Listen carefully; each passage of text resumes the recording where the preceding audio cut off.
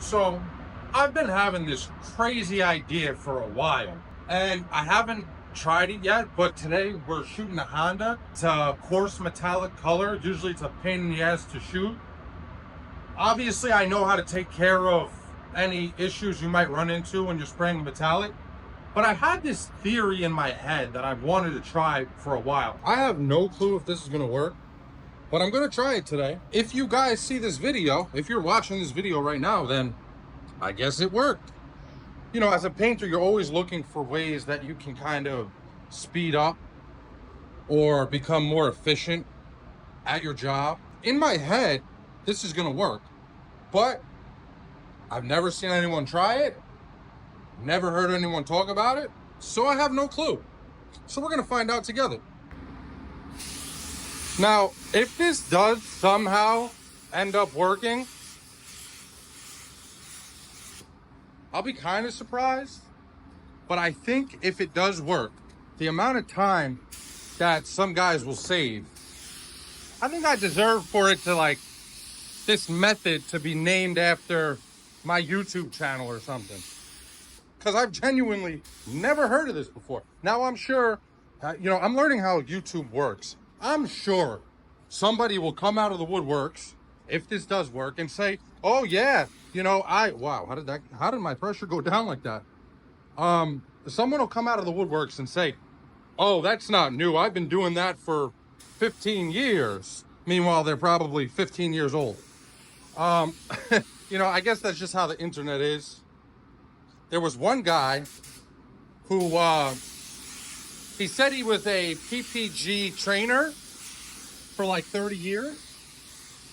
And he mentioned to me something about clear coat not cross-linking if the panel is below a certain temperature, which I did not know. Obviously, this guy knows his stuff, So I said, wow, I replied to his comment. Wow, I didn't know that. Thank you so much for the knowledge. Anytime I learn something, I'm not the type of person that takes it personal. Like if you teach me something in the comments, I'm grateful for that. And after that guy commented that, about 5 more people commented the same thing. Trying to act like they were the ones who pointed it out or like they knew that. I promise you, there's only so many people that would know something like that. But I guess everyone wants to, either seem a little more important or a little smarter than they are, which, like, hey man, if that makes you feel better, cool. But I don't know. It's just funny how YouTube, how the comment section works, I guess. But I have to say, for the most part, like, you guys have been awesome. You guys really, really have been awesome. And I genuinely do enjoy making these videos for you guys. It's fun. And like today, I really didn't have a video planned, but I was shooting this metallic color, and I know it's a little bit of a pain in the ass. Sometimes it takes a little longer because sometimes you got to do 2 drop coats. So my theory is I can get this whole job done in 2 coats of color. We're going to find out. In order for this method to have any chance at working, you're going to have to over-reduce your color. I over-reduced it by 5%. And the other thing you're going to have to do on this first coat is go wet. I mean, you need coverage on this coat. So here we go. We're gonna need a little more pressure than that. There we go. I like to do all my edges first. Everybody does it their own way. Don't pick on me, guys. Okay. And when I say wet, I mean wet. I'm also shooting my spray out card the same way. And that's going to be my judge, that's going to be what I judge in order to make sure that I have coverage.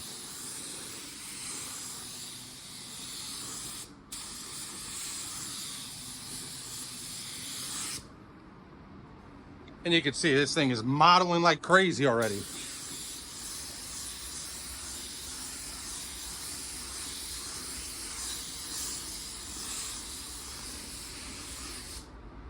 Okay. As soon as you finish this first coat, go right back where you started, right? Drop your pressure. Same pressure you would use for a drop coat, do a drop coat over it. While it's still sopping wet, we're gonna do one drop coat. Now this is, if you're a beginner, this probably isn't something I would try to do, because there's a good chance that this ends up running. Sorry, I'm doing this with one hand.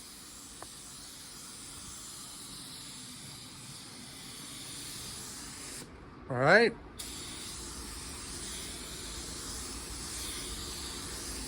Essentially, if you guys haven't figured it out yet, what I'm trying to do here is use my base as a wet bed.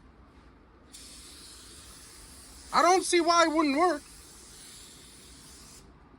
But if it's not gonna work, we're definitely gonna find out. So we'll do the same thing here on the trunk.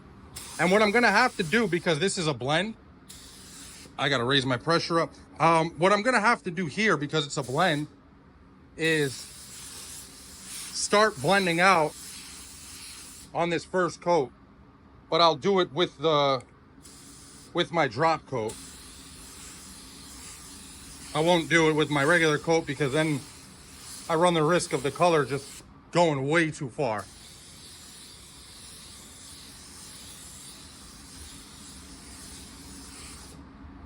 Okay, so we're gonna hang out here for a second, because if this thing's gonna get away from me, we're gonna find out together. But I don't think it is.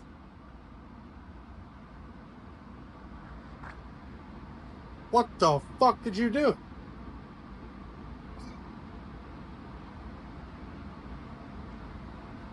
He just cut his finger pretty bad, pretty bad. I mean, so far so good.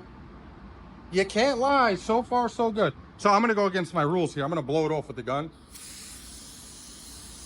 Just so we're not sitting here, so you guys aren't literally sitting with me watching paint dry.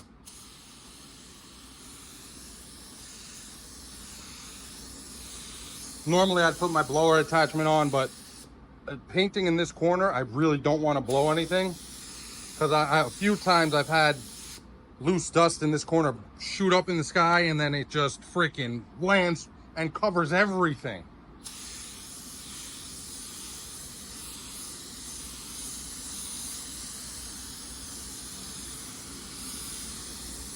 Now on our second coat, we're not going to be able to go wet, because so our first coat, we went real wet. It was modeling like crazy right away. We came back with the drop coat. That drop coat, in theory, is gonna straighten out the orientation of our metallics. So if we did that drop coat and then we go wet again over that drop coat, we're basically just completely eliminating any correcting we did in terms of the orientation of the metallics by going wet again. So now, once this dries, I'm gonna show you guys what we're gonna do for the second coat and potentially the last coat. Now, if this works, this theory's gotta be named the spray work method. Please, please. I deserved it. I've never seen this before. This is a world's first. It really is. All right, so it doesn't look like anything's gonna get away from us. Nothing's gonna run. So I'm gonna let this thing dry. I really don't want to keep spraying, moving too much air in here, because of that. I'm working at the edge of the booth. So I'm gonna let everything dry. As soon as it does, I'll bring you guys back, and then I'll show you what we're gonna do for the second coat and hopefully the last coat. Never seen before. You guys are seeing it for the first time here, right? And I think it's gonna work. I really do think it's gonna work, because already, this thing is looking, this is looking pretty good. It looks like our metallics are pretty straightened out already. I know it looks blotchy, but that's just because it's wet. That's why I really wanted this thing to dry, so you guys know I'm not sitting here doing something funny when I turn the camera off.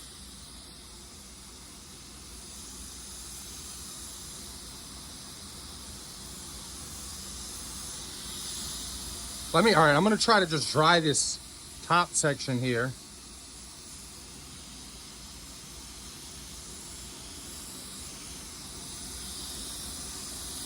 Okay, you can see it. I mean, it's already straightened out a lot. That blotchiness, I just want to make sure it's clear to you guys that that blotchiness you're seeing is because some of it is wet and some of it is dry.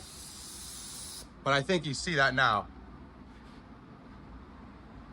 Okay, so I'm gonna let the rest of this dry off by itself with no air, and then I'll bring you guys right back. And I'll show you what we're gonna do for the second and final coat. While that thing's drying, part of this process now is adding some clear additive, which is a normal part of when you're working with a metallic color. It's a good technique to avoid any issues you might run into, basically by giving the paint more body. And kind of the same thing as over reducing your metallics, you're kind of spreading them out, so you're making it easier for them to lay properly. So we already over reduced 5%, and now we are going to add clear additive. In mine it's 490 Envirobase, but instead of the normal 10% that I would add of this, I'm going to only add 5%, because again, we only have one wet coat on there. So while it does look fully covered, it's not. I know it's not because my spray out card is telling me it's not.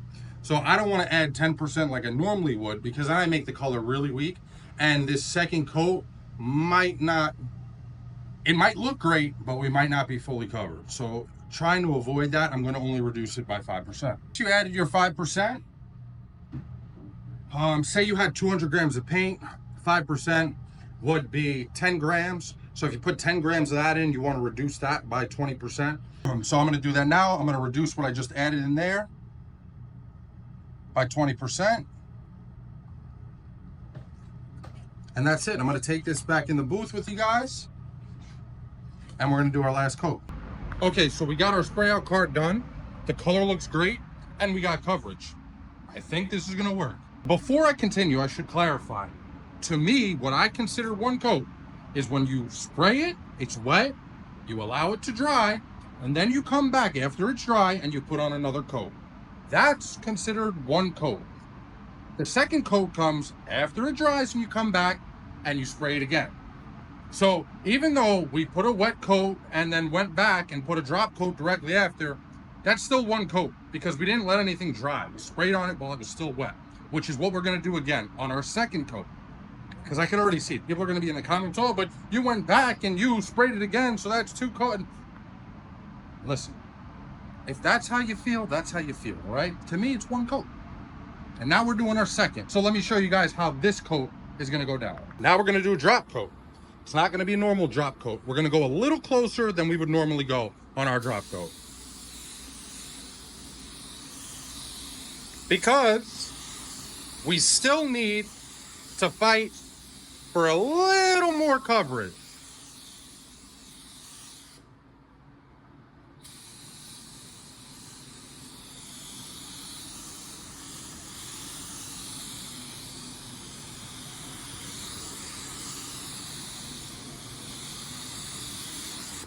So we're going a little more wet than I would prefer to go on our drop coat.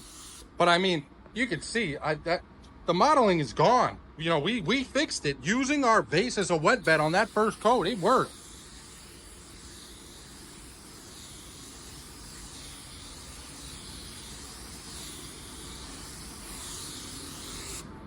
Okay, now we're gonna go right back while it's still wet, and we're gonna do a regular drop coat. Low pressure, we're gonna go real far back and move real slow.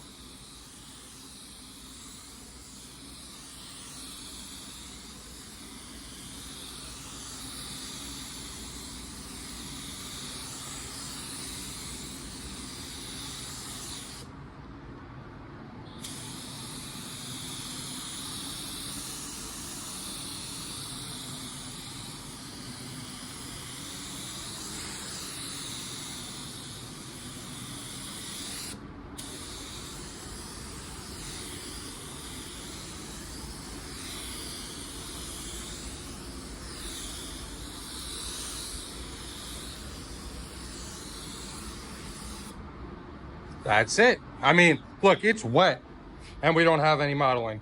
This is gonna be perfect when it dries. Do the same thing here. Go a little closer on our first one.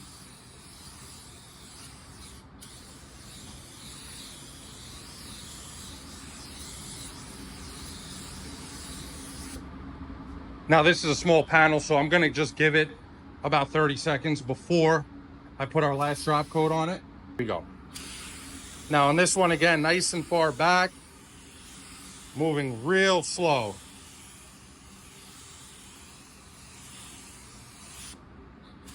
I like to go in, X's when I'm doing a blend, so I'll go this way and then I'll go this way.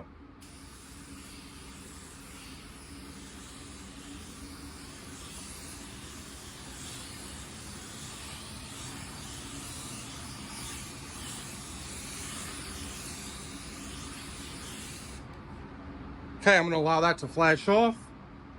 Then once it's all dry, I'll come back in, I'll show you guys how it looks. You'll see that we got coverage, we got no modeling, we did 2 coats. And we used less paint too, because I mixed the same amount I would normally mix, and I unfortunately have more left than I would like to have left. But this was a new technique. I didn't know how much paint I was gonna use. So we saved time and we saved material. All right, so this is after our second coat. You can see that there is no modeling, no striping, no issues at all.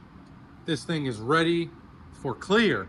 There's just 2 things I wanna mention before I clear it. The first thing I wanna mention is because you're over reducing your color, it's going to take longer to flash off. Make sure you allow extra time for it to flash off. Because if it is not dry before you clear, it could look perfect, just how I showed you it looks. But if it's still wet and you clear over it, you're gonna have blotchiness. There is a way to fix it. It's happened to me before. What I've done, because I'm lucky enough to work in a beautiful booth that has a base bake cycle, it's basically a 10-minute bake. If after that first coat of clear, you see any modeling, if you don't have a booth that has a base bake cycle, you can take a heat gun and from far back, don't go close. From far back, gently give it heat and you'll see that moisture escape and the modeling disappear. So that's basically it. Now let me clear this stuff up. I'll show you guys how it looks all shiny so we can both confirm together that the spray work method, yes, that's what I'm calling it, the spray work method, metallic method does work.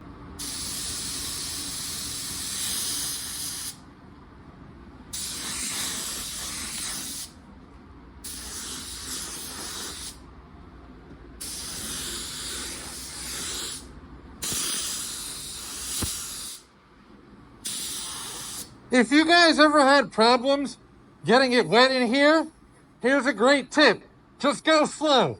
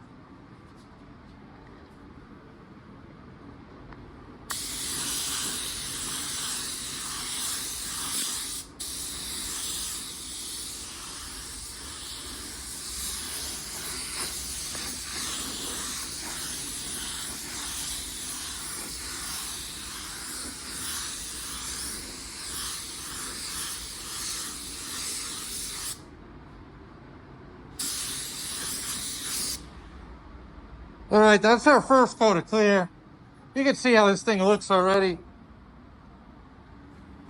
I'll clear this thing with you guys. Then I'll do my second coat of clear. And then I'll show you guys how it looks.